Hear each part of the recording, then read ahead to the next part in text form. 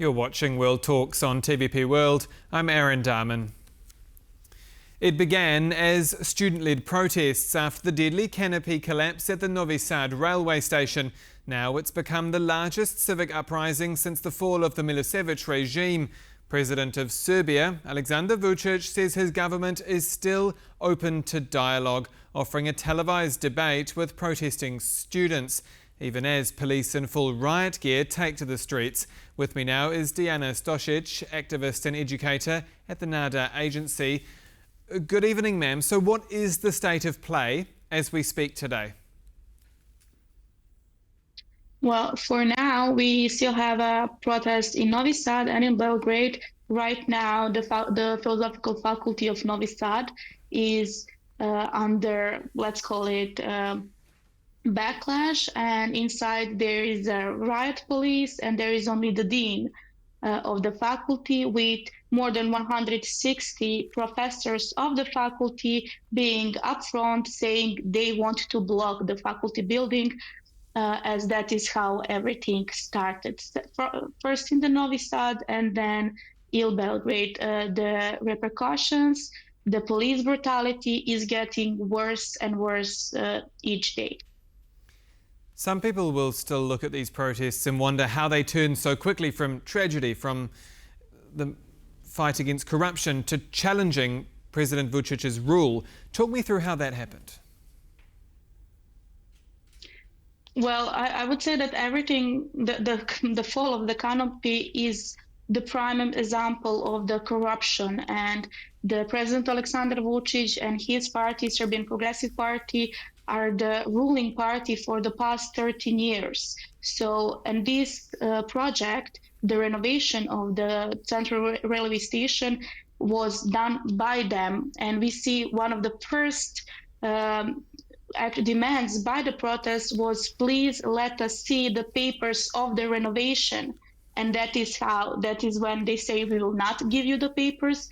And then that is how the public find out that all of these papers were really corrupt, that they were not for public eyes, and that they were done by shell companies, and that they didn't have any kind of safety measures. And after the couple of students were hardly beat, after people started getting arrested for joining the protest, after people started getting removed from their jobs because of the protest, this protest turned it is now. And a couple of months ago, students said, okay, we want elections. So now their only demand is, let's go on an election. And that is something that President Vučić is not giving them.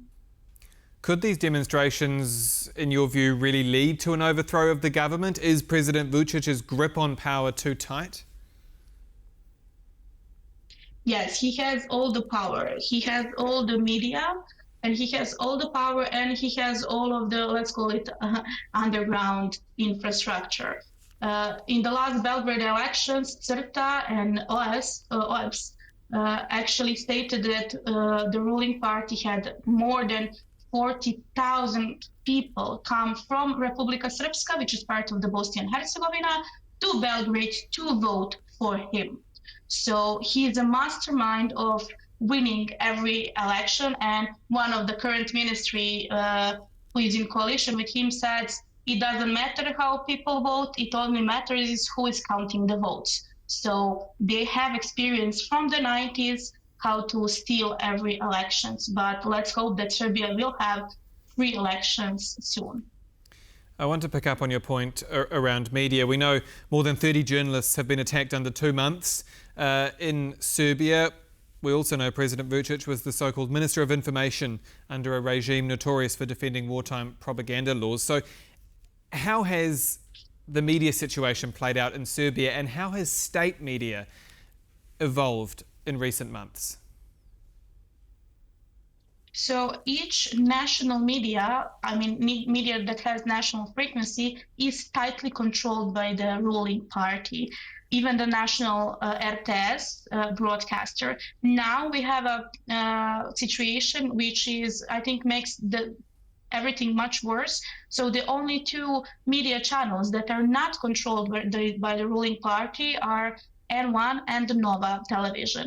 And 3 days ago, we found the audio recording between Stan Miller, who is the CEO of the United Group from Netherlands, and the CEO of the Telecom Serbia, who is ally of Aleksandar Vučić.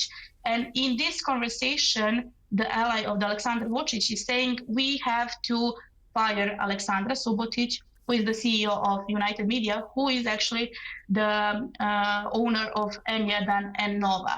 In this way, Telecom and Vucic wants to literally buy N1 and Nova television so they can control them also.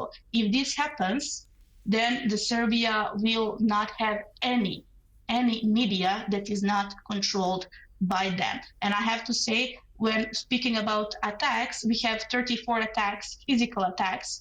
In only 2 months, 20 of them were done by the police, 14 of them were done by SNS supporters. And some of them were that bad. In Novi Sad, a couple of days ago, 2 journalists were attacked and beaten with metal bars. So they had to be rushed into hospital. And as you said, Aleksandar Vučić was the Minister of Information in the 90s.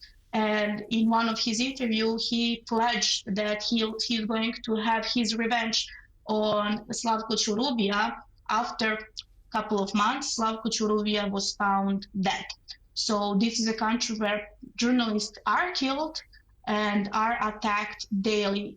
Some of the government media are calling N1 and Nova and free press, free journalists, terrorists, are printing their photos, are putting them on display and actually making them targets. I'm interested in your view on Russia's role in this, because is there a sense that the Kremlin is actively exploiting the unrest in Serbia to destabilise the region, and could Belgrade become a bit of a proxy, if it has not already, for Vladimir Putin?